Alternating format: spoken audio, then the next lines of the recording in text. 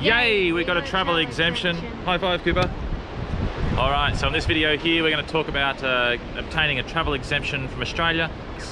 We're here at the lovely Merewether Baths in Newcastle, one of the Southern Hemisphere's largest ocean baths. So come with us while we have a little bit of a walk around, and I can tell you all about getting a travel exemption. All right, let's go. Okay, so to give you a bit of background, Australia closed its borders when the pandemic started to hit, sort of in in March and April.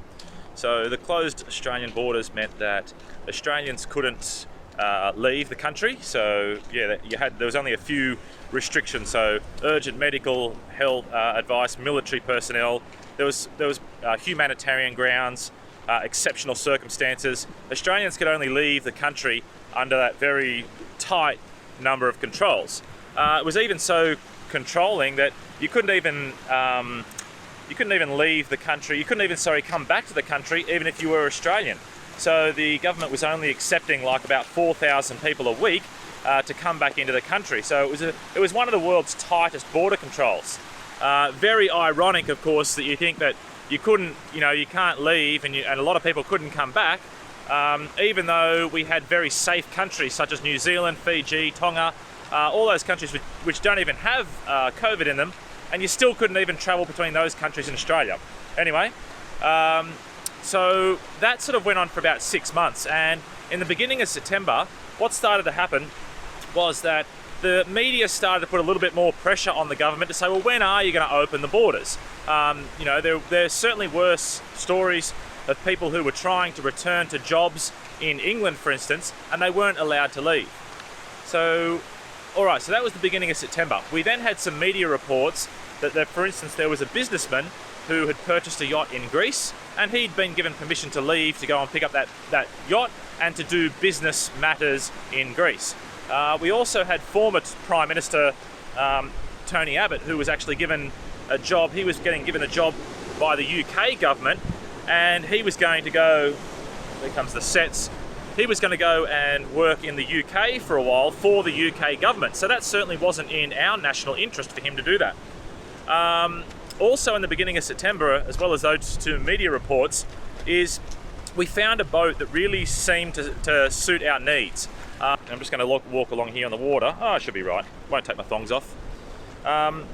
So this boat coming online, and then those media reports, that was enough to sort of inspire us then to put an application in to try and get a travel exemption. So what I did is I think I ticked the box that was something to do with personal needs. Maybe I'll put it in the text at the bottom there. But I still didn't think that I actually really fit that ticker box. But I certainly didn't fit the medical. I certainly didn't fit, military. I certainly didn't fit, national importance. So I ticked the box that was closest to us. But what I did do is when I put that application in, I had to put in a document, or I put in a document that basically supported our case as to why we should be allowed to leave the country. So in that document, I had, first of all, a few points like this trip had been planned for a long time. So of course, with the deferred salary scheme, I started, the actual planning with work back in about 2016. And that means that I'd work 2017, 18, 19 and 20, and then I'd have 2021 off.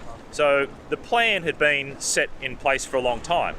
The other thing was, well, why not wait? And I outlined that our children, basically, if we did the trip now, we could return, and then our children would basically start high school right before we return. Oh, just something else that I did put in that letter that I thought I just should remind you of was that I also put in the letter that, of course, we had enough funds to pay for our quarantine if the quarantine was still in place when we were looking at returning. Of course, I outlined in the letter that we were going to be away for approximately, well, at least a year, if not 2 years, and so that's it. The likelihood of there still being paid quarantine when we came back, I thought was a little bit questionable, as whether it would be there. Anyway, so that letter was just an A4 letter. There wasn't much more text than that. Sorry if I'm looking at the ground, but you can probably tell I'm walking along the rock platforms now. So that letter was just an A4 letter. I didn't get, it's not pages and pages, just one page. There's something about, of course, writing concisely, because whoever's going to be reading it, they're going to get bored, they're not going to be paying attention, easier to deny. So there were a few things in this travel exemption letter that I wanted to say as to why I thought it was important to be able to travel now, as opposed to putting off our trip overseas for a couple of years.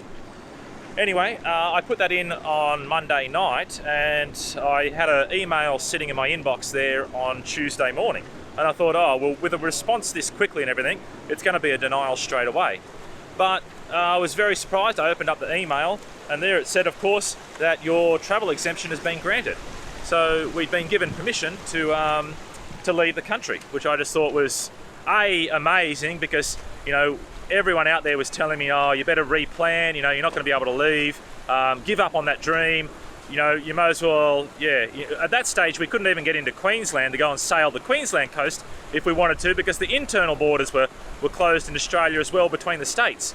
So there was lots of negativity out there. I actually sat on the email for a day while I just sort of pondered all the people that had said to me, no, you're not going to get given permission to leave the country. So yeah, we did get given permission to leave. Obviously we haven't left yet, but we are due to leave in late November. So that's basically how we went about getting the Australian travel exemption.